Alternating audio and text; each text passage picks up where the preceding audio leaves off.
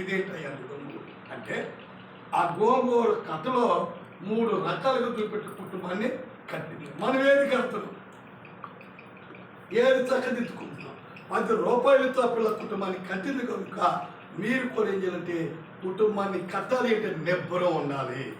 ఆ నిబ్బరంలో ఉన్నప్పుడు ఖచ్చితంగా దేవుడి కార్యం చేస్తారు. కాబట్టి ముగించేస్తున్న ఈ రాత్రి చెబుతున్న మాట, దేశమా దేశమా దేశమా యెహోవా మాట, దేశంలో ప్రజల క్షేమం కొరకు మనం చేయాలి, ప్రార్థన చేయాలి. అలా ప్రార్థన చేసిన తర్వాత ప్రజల క్షేమం కొరకు నీ మాటలు నాకు దొరకగా నేను వాటిని గుర్తించు. అంటే వాక్యం చదవాలి, వాక్యం తినాలి, వాక్యాంతరంగా నడవాలి, పాటలు పాడాలి, ప్రార్థన చేయాలి. అది గుర్తించు.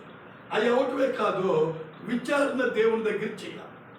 ఆ ప్రార్థన ఎప్పుడైతే చేస్తావో అప్పుడు కన్నులు గుంటలు పడినట్లుగా దేవుడు ఆనందిస్తాడు, కడపడక కొట్టుకుపోయినట్లుగా ఏడుస్తాడు. అటువంటి స్థితిలో నుంచి మనం మీరు కాచాలి. కాబట్టి ప్రియా దేవుడు ఆ దేవుడు చెప్పిన మాటలు బట్టి కృపాక్షేమాలే మన ఆ కృపలో దేవుడు మనల్ని దీవించాలి. పరిశుద్ధాలయంలో చేతులెత్తి ప్రార్థన దేవుడి వైపు చూపెట్టి పరిశుద్ధాలయంలో చేతులెత్తి కార్యక్రమే. కాబట్టి ఆ చేతులెత్తి ప్రార్థన చేసిన తర్వాత నెప్పడంతో ఉన్న తర్వాత అంటున్న మాట ఏంటంటే నా గుండె నాలో కొట్టుకోవచ్చు. కాబట్టి ప్రియమైన దేవుని ద్వారా ఇంకొక మాట చెప్పి ముగించేస్తా. కీర్తన 39 3